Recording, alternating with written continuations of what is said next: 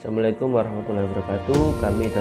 Saya dari kelompok 5 akan menjelaskan beberapa materi. Sebelum kita masuk ke dalam materi tersebut, saya akan mengenalkan anggota-anggota dari kelompok 5. Yang pertama yaitu Anissa Juni Fadila, yang kedua Diah Ayu Asri Wulandari, yang ketiga Fitri Indaswari, yang keempat saya sendiri yaitu Muhammad Lutfi Fizani. Definisi desa dan kota.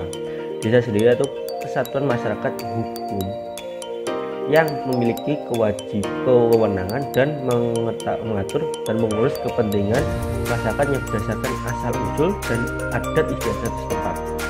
Nah, dengan bedanya dengan kota, yaitu kota sendiri definisinya pemukiman yang relatif padat dan permanen dengan penduduk yang heterogen kependudukannya sosialnya. Bedanya di desa di kota dalam definisi kami ini, yaitu di desa itu masyarakatnya itu masih masyarakat tempat, yaitu masyarakat sekitar sendiri. Kalau di kota yaitu masyarakatnya itu lebih heterogen atau masih banyak asal usulnya, dari wilayah A, wilayah A dan wilayah C. Mempunyai pergaulan hidup yang saling kenal mengenal antara ribuan jiwa, di mana penduduk satu dengan penduduk lainnya ini saling mengetahui satu sama lain dan saling mengerti, mempunyai interaksi sosial yang tinggi dan toleransi yang tinggi, sehingga mereka saling berbaur, tidak individualis. Kemudian ketiga, ada perkalian perasaan yang sama tentang kesukaan terhadap kebiasaan. Maksud dari sini, perkalian perasaan yang sama itu seperti satu sefrekuensi, di mana satu sefrekuensi ini menimbulkanlah kebiasaannya yang sama juga antara satu sama lainnya. Kemudian keempat, cara berusaha atau ekonomi. Nah, pada masyarakat desa ini sangat dipengaruhi oleh alam, sehingga mereka ekonominya itu pada bidang agraris atau sektor pertanian. Nah, otomatis pekerjaan mereka itu adalah petani, sebagian besarnya adalah petani. Nah, jika terdapat penduduk desa yang tidak jadi petani, itu merupakan pekerjaan sambilannya. Yang pertama, selalu bersikap menerima perubahan. Yang kedua, memiliki kepekaan pada masalah yang ada di sekitarnya. Ketiga, terbuka bagi pengalaman baru. Nah, di mana di sini itu mereka itu terbuka terhadap inovasi-inovasi yang ada di sekitarnya. Keempat, untuk setiap pendiriannya selalu dilengkapi informasi akurat. Kelima, lebih berorientasi pada masa mendatang yang didukung oleh kesadaran bahwa masa lampau itu sebagai pengalaman dan masa sekarang itu sebagai fakta. Nah, jika sebelumnya sudah dijelaskan mengenai definisi dan karakteristik dari desa dan kota, di sini saya akan menjelaskan mengenai permasalahan lingkungan yang terjadi di desa. Nah, untuk yang pertama adalah alih fungsi lahan. Alih fungsi lahan ini memiliki pengertian perubahan fungsi dari sebagian maupun seluruh kawasan lahan dari fungsi aslinya ataupun fungsi yang telah direncanakan menjadi fungsi lain yang menjadikan dampak negatif terhadap lingkungan maupun potensi dari lahan itu sendiri. Alih fungsi lahan yang dominan terjadi di daerah pedesaan adalah yang pertama, lahan hutan beralih fungsi lahan menjadi area perkebunan maupun pertanian. Selain itu, area pertanian berubah fungsi lahan menjadi area permukiman.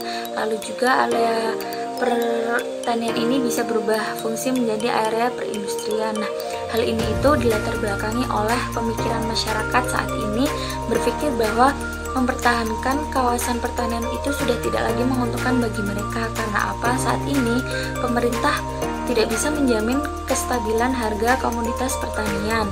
Tentunya alih fungsi lahan ini memiliki banyak sekali dampak negatif. Contohnya adalah berkurangnya produksi oksigen yang berpengaruh terhadap rawannya pencemaran udara yang terjadi. Nah, selanjutnya adalah berkurangnya produksi pangan yang tadi disebabkan oleh berkurangnya lahan pertanian. Kerusakan lingkungan yang terjadi selanjutnya adalah kekurangan air bersih. Nah, kekurangan air bersih ini terjadi ketika bertambahnya jumlah penduduk yang mengakibatkan bertambahnya pula kebutuhan akan air bersih, sehingga eksploitasi air tanah tidak terkendalikan. Selain dikarenakan oleh eksploitasi air tanah yang tidak terkendali, kekurangan air bersih ini juga disebabkan oleh pencemaran air yang diakibatkan oleh limbah pabrik maupun limbah rumah tangga. Nah, sehingga solusi yang ditawarkan untuk mengatasi kekurangan air bersih ini adalah yang pertama, membangun fasilitas-fasilitas yang menunjang ketersediaan air, yang contohnya waduk maupun di daerah pedesaan ini pencemaran diakibatkan oleh dua, yaitu limbah domestik dan limbah industri. Nah, limbah domestik ini berasal dari limbah rumah tangga seperti sampah plastik, sampah dapur, maupun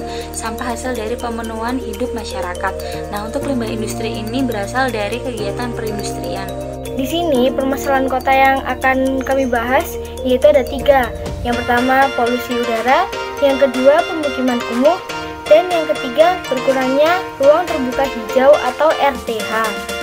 Pertama, permasalahan tentang polusi udara, di mana permasalahan ini terjadi di perkotaan dengan faktor penyebab paling utama yaitu jumlah kendaraan bermotor yang sangat banyak, sehingga menyebabkan polusi di mana-mana.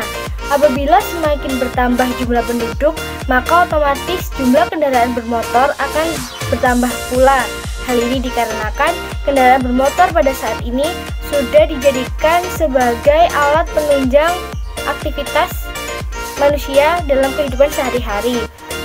Upaya yang dapat dilakukan yaitu untuk mengurangi polusi udara ini adalah dengan melakukan pembatasan penggunaan kendaraan bermotor dan penataan landscape di ruas-ruas jalan dengan menanam pereduksi polusi udara. Permasalahan yang kedua yaitu permukiman kumuh, di mana dapat didefinisikan sebagai suatu keadaan lingkungan hunian yang memiliki kualitas tidak layak untuk dihuni karena memiliki ciri-ciri yaitu kepadatan bangunan itu sangat tinggi, akan tetapi hanya dalam luasan yang sangat terbatas. Yang kedua yaitu rawan penyakit sosial dan juga penyakit lingkungan karena wilayahnya kumuh. Nah, permasalahan pemukiman kumuh ini biasanya terjadi akibat laju pertumbuhan penduduk tidak diimbangi dengan ketersediaan lahan, khususnya permukiman. Nah, masalah ini biasanya sering dijumpai di wilayah perkotaan. Karena apa? Karena wilayah perkotaan merupakan suatu wilayah yang diidam-idamkan atau dijadikan sebagai tujuan masyarakat pedesaan dalam mencari perekonomian yang lebih baik. Upaya-upaya yang dapat dilakukan guna mengatasi permasalahan ini yaitu dengan dibangunnya rusun atau rumah susun bagi warga-warga yang tinggal di daerah bantaran sungai. Upaya yang kedua dapat dilakukan yaitu pemerintah harus memberikan penyuluhan tentang dampak atau bahayanya apabila membangun pemukiman di daerah bantaran sungai. Upaya yang terakhir yaitu yang dapat dilakukan dengan memperbaiki fasilitas dan juga membangun lapangan pekerjaan yang banyak di desa, atau dapat dilakukan dengan melatih keterampilan masyarakat desa agar tidak berbondong-bondong pergi ke kota. Dengan adanya lapangan pekerjaan, fasilitas pendidikan yang memadai, dan juga masyarakat pedesaan yang memiliki keterampilan lebih, maka diharapkan mereka akan berkarya pada wilayahnya sendiri. Permasalahan yang ketiga yaitu berkurangnya ruang terbuka hijau atau RTH. RTH merupakan sebuah area memanjang yang berbentuk jalur atau area yang mengelompok dengan pemanfaatannya yang lebih bersifat terbuka. Menurut Undang-Undang Nomor 26 Tahun 2007 menyatakan bahwa RTH minimal berjumlah 30% dari luas wilayah total. Akan tetapi, pada kenyataannya saat ini banyak wilayah perkotaan yang memiliki RTH kurang dari 30%, yang tentunya hal ini menyalahi peraturan pemerintah tersebut. Biasanya, berkurangnya ruang terbuka hijau ini diakibatkan oleh beberapa faktor, utamanya yaitu keterbatasan lahan, tidak konsistennya pihak yang berwenang dalam menerapkan kebijakan tata ruang kota, serta adanya alih fungsi lahan. Peran pemerintah dalam mengatasi permasalahan berkurangnya ruang terbuka hijau di wilayah perkotaan ini dapat dilakukan dengan cara menetapkan mana saja lahan-lahan potensial RTH untuk tidak boleh dibangun melalui ilegalitas daerah. Yang kedua yaitu dengan melakukan kegiatan publikasi RTH yang tersedia di suatu wilayah agar dapat dimanfaatkan secara optimal. Oke, untuk masalah keterkaitan pembelajaran berbasis lingkungan dengan kerusakan di desa maupun di kota itu sangat dalam untuk perkaitannya, itu menanamkan rasa tanggung jawab dan kesadaran menjaga lingkungan maupun di desa maupun di kota yang dilakukan di dalam kelas atau sekolah.